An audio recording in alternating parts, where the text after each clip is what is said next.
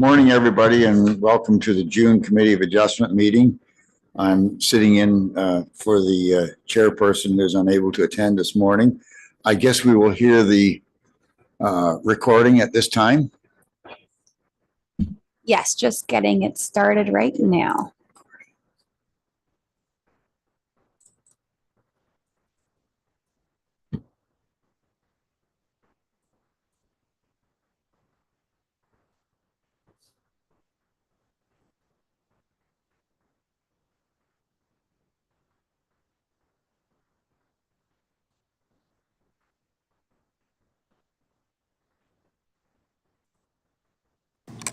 Today's meeting is being streamed live on the Township of Ramara YouTube channel.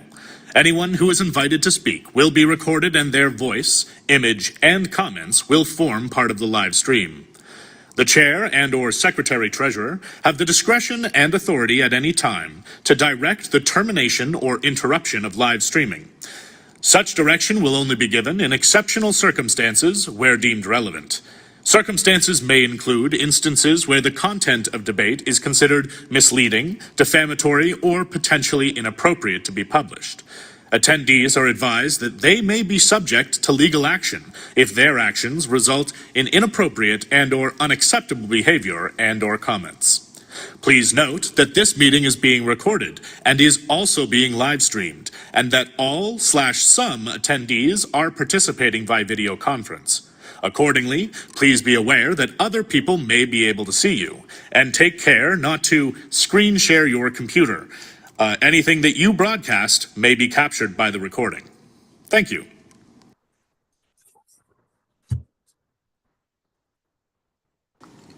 In accordance with Section 44-1 of the Planning Act, the Council of the Township of Ramara has appointed this Committee of Adjustment to hear applications for variances to the zoning bylaw and applications for consent to sever land. The members of this committee are private citizens who are not members of council, nor are they employees. Committee members are provided with information about each application prior to the public hearing to enable them to review the sections of the township's bylaws which are relevant and to make a site visit if needed. No discussion of applications occur, nor will any decisions be made outside of the public hearing. The procedure for hearing applications is as follows. 1. The Secretary-Treasurer will describe the application and the extent of its processing to date. Number 2. The applicant or agent will be asked for his or her comments. Number 3. Members of the audience will be asked for their comments. Number 4. The applicant may then provide further information. Number 5. Committee members will then provide questions or comments to be followed by the decision of the committee. A written copy of the notice of decision will be sent to the applicant and anyone who provides the Secretary-Treasurer with a written request, including their full name and address. Decisions of this committee may be appealed to the Ontario Land Tribunal by the applicant, a minister, or a specified person or public body. The procedure is included with the notice of decision, and if you wish to be advised of a possible land tribunal hearing, you must request in writing a copy of this committee's decision. Once the application has been heard by the committee and the 20-day appeal period has ended, the application sign should be removed from your property. The sign can be returned to the township for reuse or recycling. Thank you very much. Okay, well, we'll continue on. I'm going to introduce our committee members, and to my left is far left is Dan Walker. Next to him is Tom Truax. To my right here is member Dan McMillan, and I am Randy Warren, your acting chair for the day. Please address all comments to the chair and ensure all cell phones are silenced to ensure that an orderly meeting is maintained. Okay, moving on. Disclosure of any pecuniary interest. Do any of the members have anything of any of the applications today?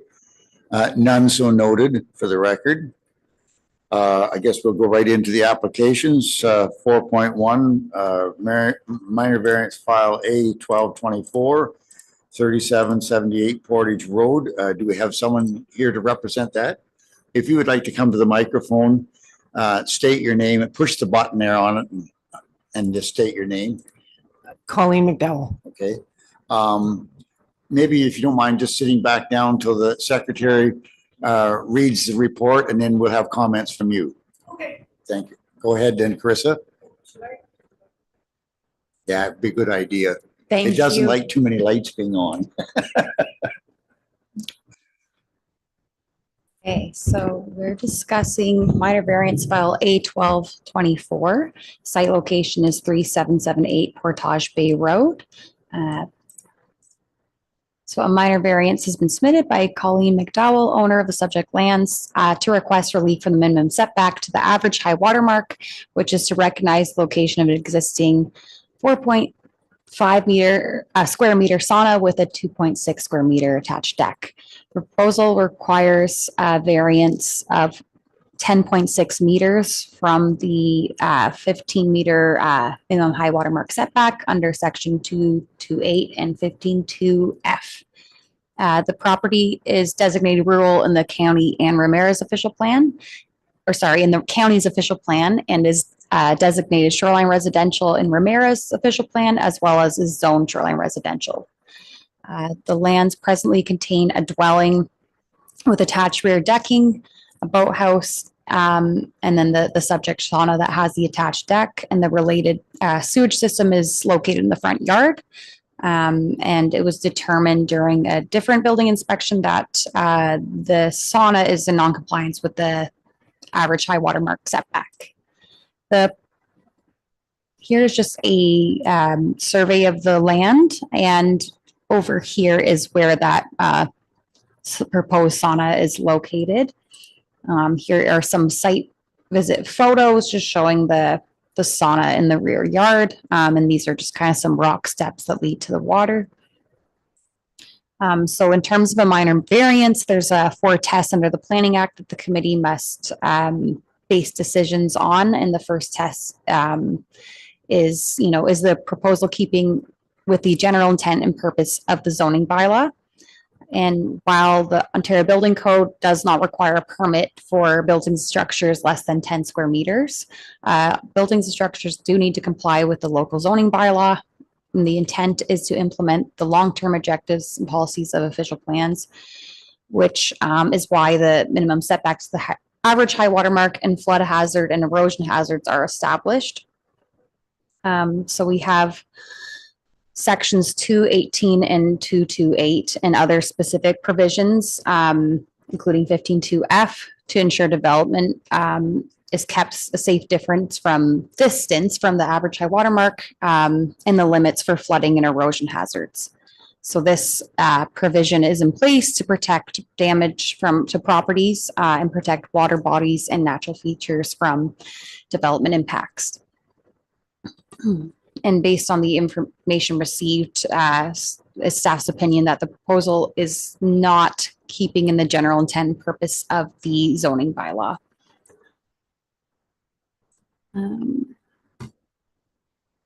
Is the proposal keeping in general intent and purpose with the local official plans? The county and Ramara's official plan do require that an application of the Planning Act to demonstrate no negative impacts on natural features. This includes development within proximity to the farthest landward limit of an inland lake for issues of flood erosion and hazards. Demonstration has not been provided that the sauna does not have negative impacts. Therefore, it is staff's opinion that the proposal does not keep and maintain the general intent and purpose of the official plans. In terms of test 3, is the variance desirable for the appropriate development or use of the subject lands, buildings, or structure? So the application is for a 4.4 meter setback to the average high water mark. And it states in the application that it's required due to the location of the existing buildings and well, and also that the sewage system is located within the front yard. While it is understood that, the dwelling is located 23.3 meters to the high water mark.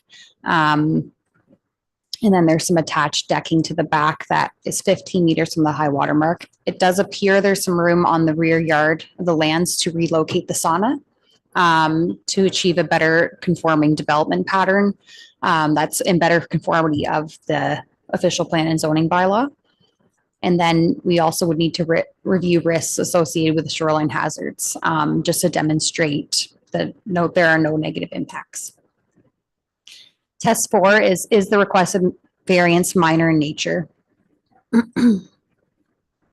Because a shoreline hazard impact assessment has not been provided to justify the location of the sauna to ensure policy has been satisfied and that there are no negative impacts or risks with the placement of the structure for both human health, safety, and property damage. And additionally, a 10.6 meter deviation from the 15 meter setback to the average high water mark is not demonstrated to be a necessary setback to meet the function of the property. And there appears to be alternate locations on the property where the sauna could be located that could achieve a better conformity. Based on the information received, it is staff's opinion that the application has not demonstrated that the variance is minor. Should the committee find it appropriate to defer this minor variance application, the following reasons can be provided. The general intent and purpose of the zoning bylaw has not been demonstrated. The general intent and purpose of the official plan has not been demonstrated. The requested variance is not demonstrated to be desirable for the appropriate development of the subject lands, and the requested variance is not demonstrated to be minor in nature. Based on the staff report and planning analysis of the subject application, staff's conclusion is that the application should be deferred as prevented to revise the proposal and to provide justification of the location of the sauna through a shoreline hazard impact assessment that demonstrates that the sauna encroachment is not having negative impacts and that there's no risk to the property or human safety. The suggested motion is that the Committee of Adjustment receive report BP 2025, published to the June 3rd, 2025 meeting agenda, and that minor variance file A1224 be deferred for up to 12 months to allow the applicant time to determine an alternate location of the sauna that better conforms to policy and to undertake a shoreline hazard assessment. And that minor variance application file A1224 be recirculated with the applicable revisions to the plan and the shoreline hazards assessment as provided. And the alternatives are that the committee could amend the suggested motion or otherwise deny or approve the application. Thank you, Carissa. Ms. McDowell, would you like to come and give any information that you would like to give at this time? Just make sure you push the button because it's all being recorded. Yeah, I'm just gonna reshare my screen. Bear with me a moment. Okay. Thank you for the opportunity to speak today. And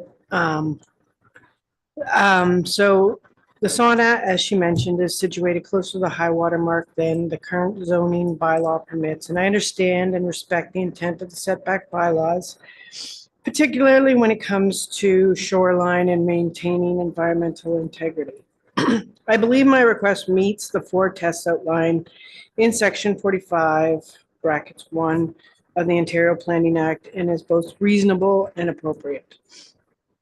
The variance is minor in nature. The sauna is small, low profile structure that blends naturally into the shoreline setting.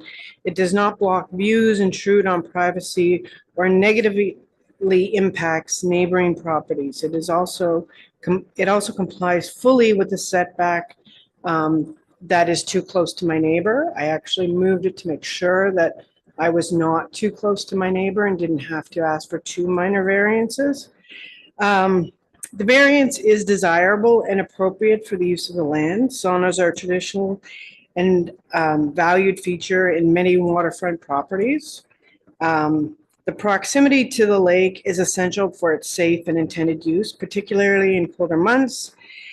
In water, walking long distances over ice and snow is minimal clothing is unsafe, and saunas must be near the lake so you can actually, access it if there's snow, and you don't want to be out there in the middle of winter and take too long to get into the lake, which is the core health benefits of having a sauna. The variance maintains the intent and purpose of the zoning bylaw. While closer to the water than typically allowed, the sauna does not disturb natural vegetation and is built with a modest footprint to minimize environmental impact. Care has been taken, that there's not going to be any problem with getting into the lake and nothing's going to run off from the area.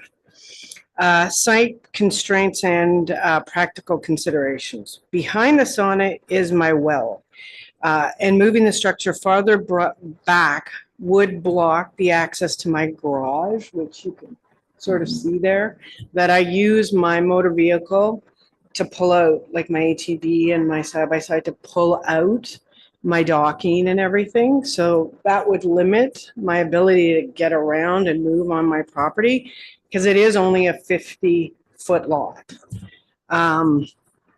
There's also not enough space behind the boathouse, which you can't really see in these pictures, but it was suggested that I put it behind the boathouse. I don't think they took into account that there's a chimney, so I can't have it too close to my boathouse. First, to load the sauna from the outside, the wood stove, and then you just don't want a hot chimney next to the boathouse. And then moving it would require, considerable work to get machinery into the backyard, lift it up and move it, and move the electrical, which attaches the light, or which is, provides the light in the sauna. So closing, I believe, is a minor variance. Request is thoughtful, respectful of the zoning framework, and consistent with broader goals and responsibilities of shoreline stewardship. So I would ask that the council approve it today so that I could leave the sauna where it is. Thank you for your time and consideration. And if you have any questions, please let me know. Okay, thank you, ma'am. I believe, is there anyone else in the audience has anything to comment on this application? I believe we have no one on Zoom. So I guess the first thing I'm going to ask the committee, it's been recommended by the township, or the that we defer this application. Now, if we defer it, we can't have any discussion on it. But if we want to have discussion on it, we have to make a decision. Is that not correct? Sorry, Mr. Chair, if I may, you can discuss the application. Yeah, that's definitely fine, and you can still rule with a deferral for more information if required. Yes. Approve, deny, or defer. Yes, absolutely. At that time. Yes, okay. The deferral is a tool in your toolbox to be able to get more information. Okay, yeah. I just thought at one point in time we couldn't. If we're going to defer it, we couldn't discuss it. So generally a deferral without discussion is if an applicant has requested a deferral. Okay. Then the committee would defer the application okay. before. So that would be if the application was put onto the agenda and then the applicant requested for a deferral before the meeting was heard, then it could be postponed and not discussed at that point. Okay. Or if the sign wasn't posted properly, sometimes there would be a deferral without conversation. But in this case, you are more than welcome to and encouraged to discuss thank you for giving me the heads up on that anyways. So it looks like we can discuss. Member McMillan, your comments. Thank you, Mr. Chair. I have some questions. In the report, it's recommended deferral for 12 months and then they're recirculated. So it would still be a minor variance if they move it. What changes then? Like in the foretest, the general intent and purpose of the zoning bylaw has not been demonstrated. If the variance is just increase or decrease, how does that change? How does that change the general intent then? So under the policies in our official plan and zoning bylaw, the increased setback from the high water mark is to ensure safety of people and of property, like including structures. So if it's deferred for a shoreline hazard assessment, it is assumed that that assessment would come back and confirm that there were no risks or there was mitigation measures put in for property damage or human health and safety, which Obviously, it's not living space. So in this case, it's more centered around property damage. By demonstrating that with the hazard study, which is what's required in both the provincial planning statement and our township official plan and the county official plan, it would demonstrate that the intent of those plans are being met because the reasons for those increased setbacks have been addressed to allow for the variance. So the 12-month period was indicated just to give extra time in case the hazard study takes a while to be completed. But the idea is that this test would then demonstrate, because the committee is allowed to provide variances to these things as long as these tests have been met within our different policies.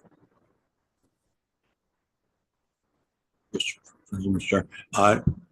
Communication, there was no complaints from the neighbors or anything like this is not blocking nobody's view or anything. I haven't received any comments about the application at all. And I did a site visit, and it is limited where this could be moved to without creating problems there.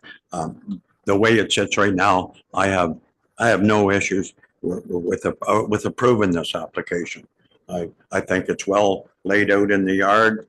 I know it's a structure there in our bylaws, zoning bylaw, like you can build a boathouse right on the water, right the high water mark. So to defer, then come back. I don't think there's any benefit. I would, other committee members, I would be in support of approving this. Now I know it's requesting a hazard study and stuff. This committee has done other ones on Lake Simcoe, or I mean Lake Couching, where we have overlooked that. Not overlooked it, we had not applied it to the variances. And I could see that it's well, you can look at the pictures and see it's well above the level of the lake. Personally, I have lived on the lake for 30 years. Lake Couching only fluctuates maybe 16 to 18 inches over a period of a year, because that's controlled by not Parks Canada, it's the Trent there and stuff. In my opinion, I would recommend to approve this myself. Thank you much, Mr. McMillan. Okay, Member Walker, your take on this application. Again, I did a site visit and there's not a lot of room to play with. So, and again, it's no complaints. I have to agree with Member McMillan. Thank you. Tom, your comments? How long has it been there? Like not a year. Okay. But I don't know exactly. Yeah, But okay, that's fine. It's That's fine. under a year. I was just wondering. Yeah. Okay, yeah, I see, I was out and had a look. I see no problems with the location or anything with it. It's like you pointed out, your well's right behind, and to move it, I just don't see the point. So I would vote to approve. Thank you. Well, Ms. McDowell, you gave a very compelling list of the reasons why you think it should remain. And I went and saw it. I realized I saw where the well was. There's not much space. Even if you moved it back almost to the well, then you're going to block the entrance from coming out of the garage, which was the sole reason you put doors in each end, so you had access to the lake side of the lot. I know we're not meeting any of the approvals of the township. Sometimes I think we have to cut a bit of slack on certain situations. To talk about a shoreline hazard assessment, it's all limestone rock around there. I can't see where there's any hazard really myself. That's just my own feeling. So I'm under the same impression that most of the other committee has, is since there's no other place to really put it, you can't put it over behind the boathouse. It's too close to your stairs for your deck and like to that. So it's sitting there. There's been no complaints. You know how much that over the years, whether you've had any ice damage or not, it's pretty well gonna hit the limestone if it comes in there anyways, so I'm all for approving the application. Thank you. So it seems like go ahead. Sorry, through the chair to all committee members, I just wanted to reiterate that if you approved the application as presented, the decision would not be consistent with the provincial planning statement. So while there's abilities to vary provisions, there's policies within the provincial planning statement that do require these studies for property damage in order to support the application. It's up to the committee's decision, but I just felt it necessary to make that clear. So you're basically saying it's mandatory or not, or it's to our Decisions- discretion? Decisions under the Committee of Adjustment shall be consistent with the provincial planning statement. And the provincial planning statement says that development within shoreline hazard areas needs to demonstrate that it's appropriate. So there needs to be studies to demonstrate the appropriate placement of that structure. So your decision you must be confident that the decision that you are making meets the 4 tests of Section 45(1) of the Planning Act. You must also be confident that the decision that you are making is consistent with the provincial planning statement. Can I ask something? Yeah, go ahead, ma'am. I'm not really sure what that means. Like, do they have the ability to make a decision or they don't? Because it has to have an assessment.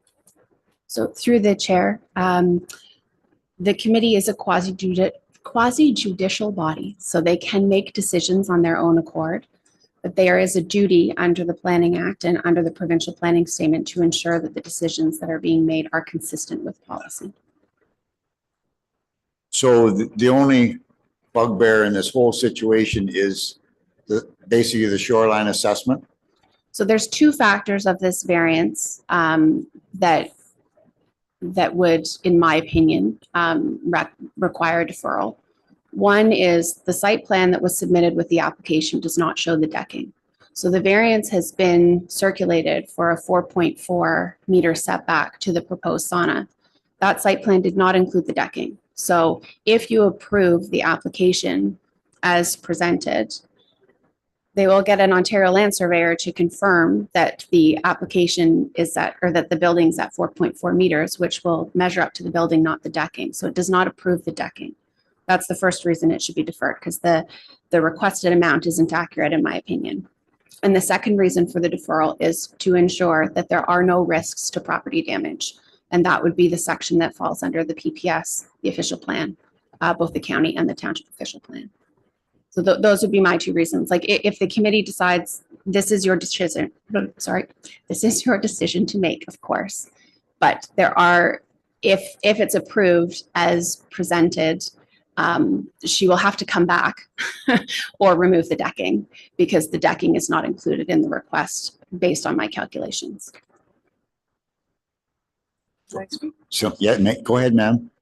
So the decking, I mean, I had a survey done before and after, like by a survey company that I submitted here, and are you telling me that the survey company did not include the deck? Through the chair, when we were on site, the decking extends further than the square shed, like the square sauna. Sure. The sauna is square, correct? Yeah. So, Carissa, are you able to pull up the survey? So the survey that's submitted that shows the 4.4 meters doesn't include the decking. Well, they were supposed to include it up to the decking because they knew, you know, I needed everything included when I talked to the survey company. And my application definitely included the decking.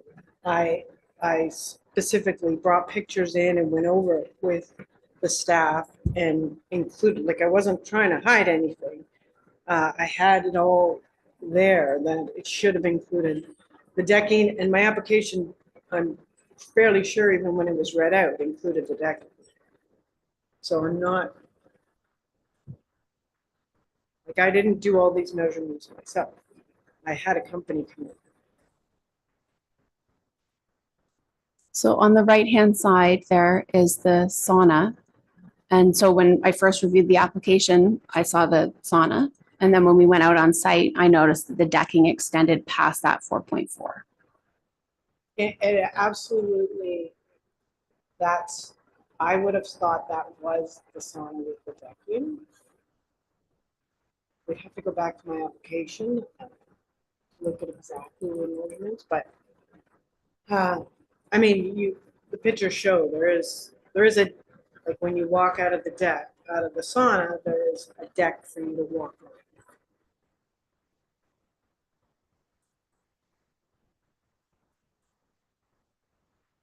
Yeah, go ahead. The survey was done in December of last year. The survey it shows there, the picture shows that the sauna is like one building with the roof over the deck. The surveyor has identified on this legal survey the distance that we're talking about today. And I'm not sure now is staff saying that number's not correct because of the deck and the roof? Is that what we're saying? So when we looked at the survey through the chair, when we looked at the survey, the structure was square. And when you go out on site, the structure is rectangle because of the decking on the front.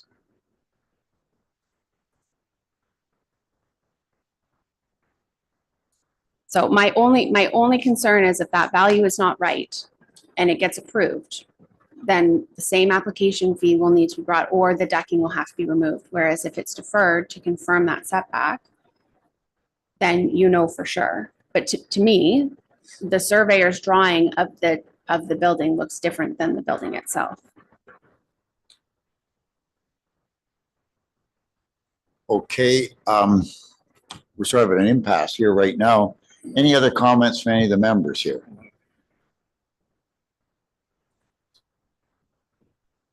So the main concern here is that the ice is going to come up and damage the structure. Is that what?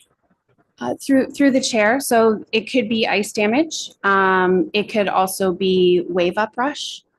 There's a variety of hazards. There could be erosion hazards, which I mean, I do see that it's all rock shoreline there.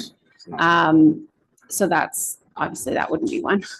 But yes, it would be mostly wave uprush and ice damage potentially. Okay, there's like Kuchiching is not prone to ice damage. And that, so I still don't see, I would still put forth that this be approved. So anyways, that's my opinion on it, that it be approved. Dan, any other further comments from you? Sort of on the fence right now, just what they were talking about doing the deferral. I would approve it, but I'm wondering if it's going to be difficulties down the road with the province, and if we should be looking at a deferral for a short period of time to get some of these studies done.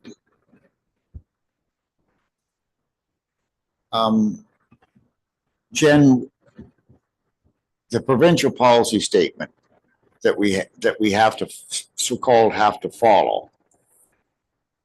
How many other instances have you seen that hasn't been followed, and what are the repercussions to the committee if we don't follow that? So I wouldn't have data on how many times committees make decisions that are not consistent with the provincial planning statement. If the committee were to move forward and make a decision that was not consistent with the provincial planning statement, there is the potential for appeals. I'm not entirely sure, but I expect that if the committee approved the application and then there was damage to the structure, that the property owner could come back and say, well, I got approval to put it here by the township. And I'm not sure. We'd have to get a legal opinion to find out for sure if the township would be liable for permitting something to go within a shoreline hazard without a hazard assessment. It's just kind of, it's just one of the rules, you know, and if you don't follow the rules, I'm not sure what the repercussions could be. Previously, it would be appeals, and if it was demonstrated at the tribunal that the decision isn't consistent with the provincial planning statement, then the appeal would be it would be granted, and then the application would end up being refused. Okay, so the only problem, at least, would be a neighbor that would be appealing the decision, wouldn't it be? Neighbors can't appeal the decision. So it could be appealed by an applicant. It could be appealed by council. That would be about it. Like, other than there's some agencies that can appeal, but it's more like airports. I think the county of Simcoe could appeal. But conservation authorities, for example, they can't appeal decisions to the Committee of Adjustment. Okay, so as soon as, hypothetically, if this was granted, then all that info goes back to County of Simcoe and they could come down on us? It would be to the County of Simcoe and also to council. Council would be notified as well of the approval. Go ahead, ma'am. You wanted to say something? Yes, thank you. I mean, I've owned waterfront property before on Lake Simcoe where there is ice damage, and you know, it actually did take out my existing boathouse and everything.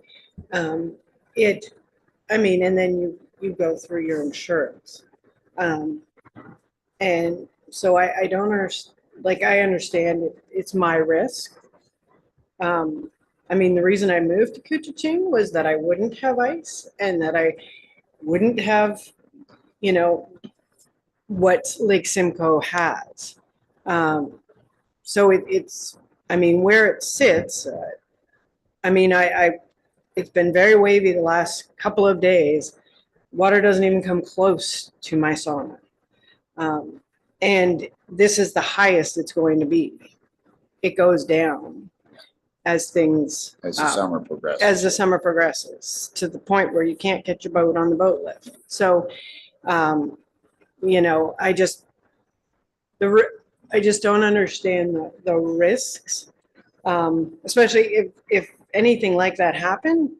It's going to take out all of my neighbors' boathouses first, and any other structures that they have that are closer to the water than my sauna. Okay.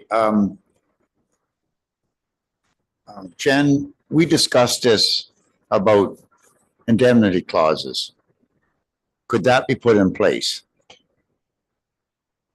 That the owner would enter an agreement with the township Sure. so that any future, suppose you sold your property and the next owner Yep. came back and wanted to come back on the township for granting this, it wouldn't be possible to do that. Can you comment, Jen? There's no building permit required for this structure. So I think what I would recommend is if the committee was going to consider doing an indemnification, I think we would probably get a legal opinion on that just to make sure that it would hold up. And then I guess my only other thought would be is if there is a risk and then the committee feels that there should be an indemnification agreement put in place, then has the risk been mitigated? And then does it meet the tests under the Planning Act?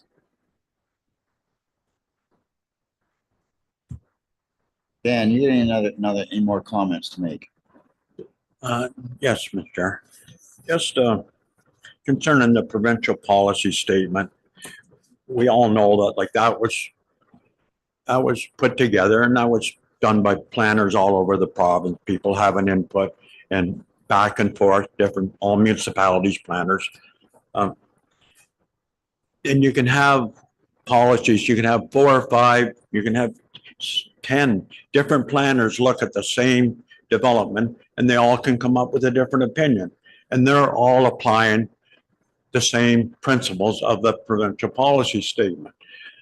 I think that gives us some discretion. I believe it's in the provincial policy statement that the whole policy statement has to be read in its entirety and applied to things. And I think there's enough leeway. And in this case, we have the discretion to defer, approve, or deny. And I think we should use that discretion. And I don't think it's a big issue. I don't think anybody's going to appeal it. I don't think if it goes to council, if they want it, they'll can appeal it. If it goes to Simcoe County, it goes to the county council to go into anything to the Ontario Land Tribunal.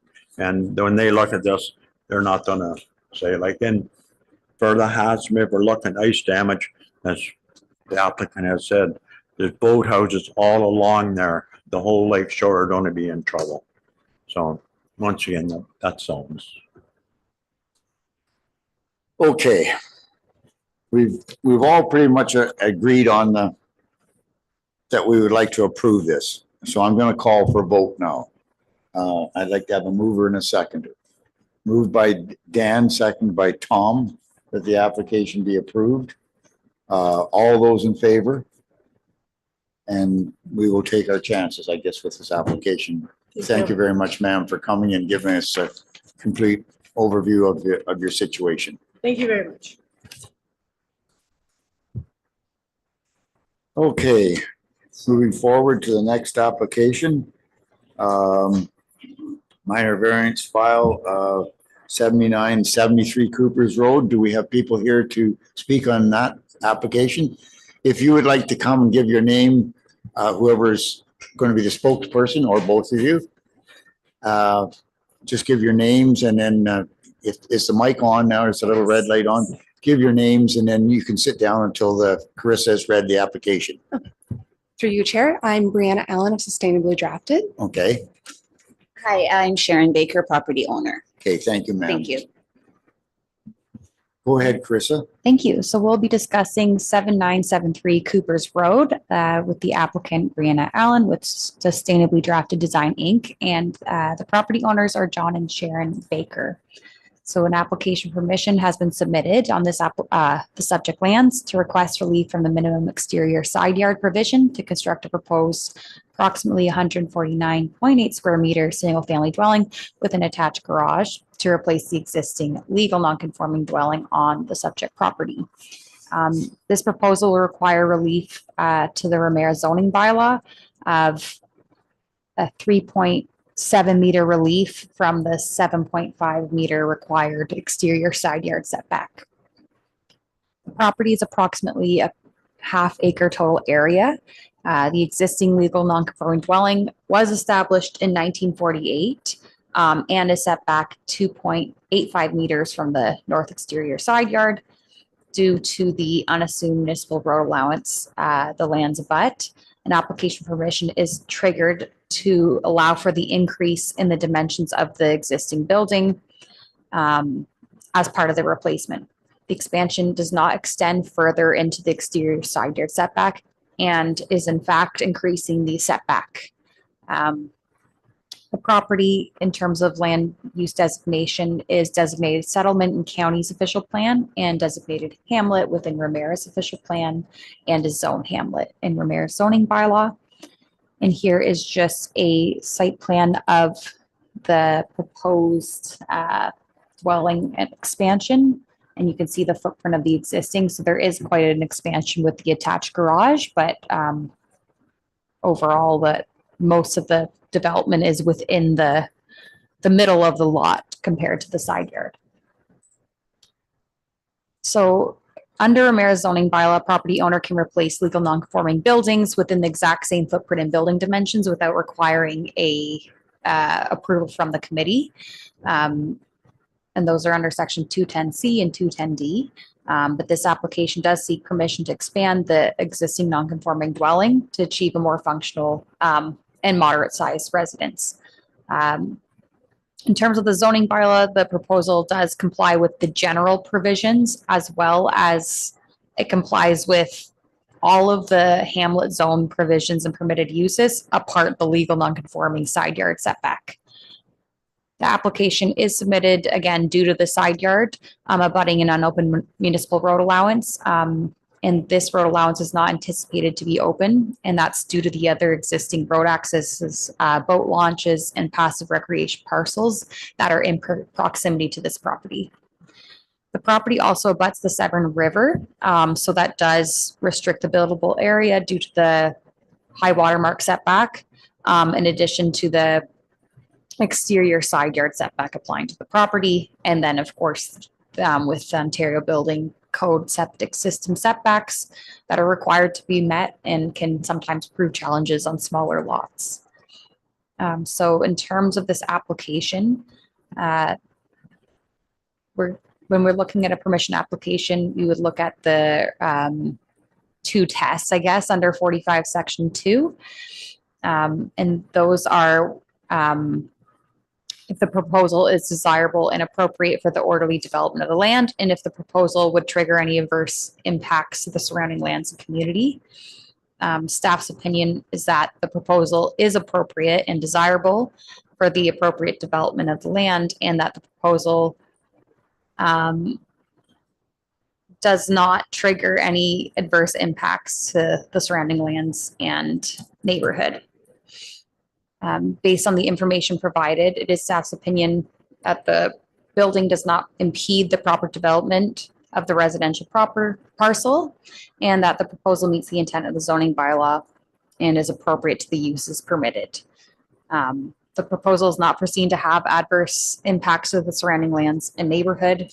The proposed dwelling to be replaced is not changing the use of the property, being adjacent to other residential lots where replacement dwellings is permitted, and the minimum setback to the high water mark is still achieved.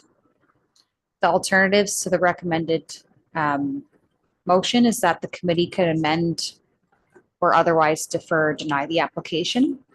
And the recommended action is that the Committee of Adjustment receive report BP 1425 published the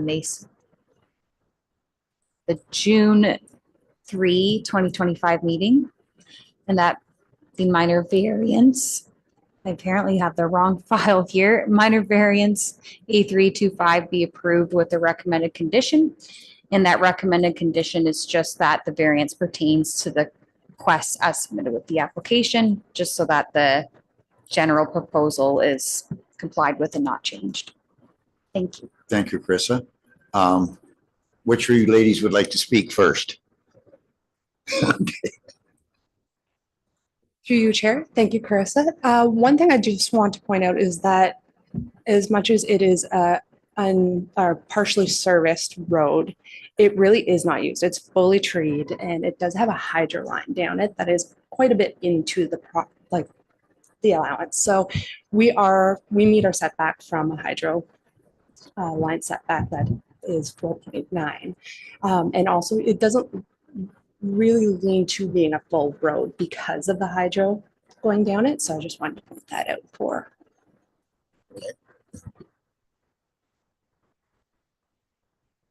Okay, ma'am, would you like to speak now? Okay. Very well hear what Brianna was saying, but so the yeah, I think it's been brought up that it will never be a road, I think that you've said, right? So that's one thing, I guess. And I think you brought up that the existing structure is actually closer, right? And so this will actually increase the setback. Okay, just a question on my part before. You're talking about the unopened road allowance? Is that Correct. what you're speaking about? Okay, That's right. very good. Just for clarification. Yeah. Okay. Does anyone have questions for us? I think not. Anyone hasn't really spoken up. So go ahead, Dan. Just a question through the staff. On the recommend condition, number 2, the proposal triggers any adverse effects to the surrounding lands and neighborhood. What's the number 2 on the report? Sorry, are you referring to the test? Pardon? Are you referring to the 2 tests of the application for permission? No, it just says under the recommendation, should the committee find it appropriate to approve the subject application for permission for the extension, what has been determined to be legal non-conforming building under section 45(2)(a) of the Planning Act, the following reasons can be provided. 1, the proposal is appropriate and desirable for the appropriate orderly development of the land. Okay. Number 2, the proposal triggers any adverse effects to the surrounding lands and neighborhood. I can clarify. Is that a typo or something? Yeah, I'm going to There's no effects. share my screen, but Yeah, this staff report here under that second item should say the proposal does not trigger any Okay. adverse impacts. Thank you. Okay, so I don't believe we have anyone else on Zoom or in the audience to No, not give any comments, so I guess we'll go right on. Dan, your opinion on this application? Okay, I also did a site visit. The sign was up. I read all the reports. I have no concerns. Tom, Yeah, I was out and have a look. I have no concerns. Dan? Likewise, I did a site visit and it's an improvement. And so they're gonna eventually tear down the existing cottage and stuff and build a new garage and attach, and be a benefit of the township. Thank you. There was one comment made about moving that existing shed off of the township property line. It looks like it's just a structure that's just sitting there that can be moved easily. And was that part and parcel of the approval process? So that was just actually included in the proposal. Okay. Because it's legal non-conforming, they're able to keep it there, but it's nice that they're cleaning it up as part of the application. Okay. Yeah, I was, thank you, Carissa. I was over there Sunday evening and you got a relatively large lot to work with compared to some of the others that you're working with 50-foot lots, and it's difficult. So what you've planned, I think, will certainly improve the lot in the end. And so I have no problems with this application. It seems like we're all in agreement. Could I have a mover and a seconder, please? A move by Dan, second by the other Dan McMillan, and second by Dan Walker. All those in favor? That's carried. You're good to go.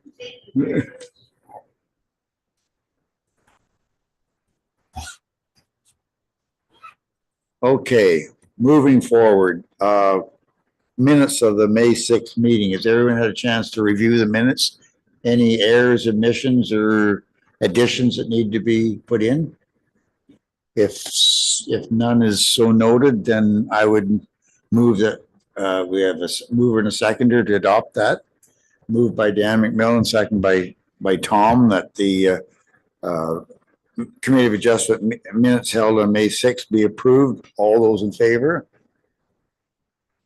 Okay, we'll go to item 6, new or unfinished business. Does anyone get any comments to make about anything that I'd like to speak about on behalf of the committee? None so noted. Then I would entertain a motion to adjourn. And moved by Tom, second by Dan, that the meeting be adjourned at 10:26 a.m. Thank you very much, committee members, for coming out. Pardon me? Yeah, it was Dan Walker.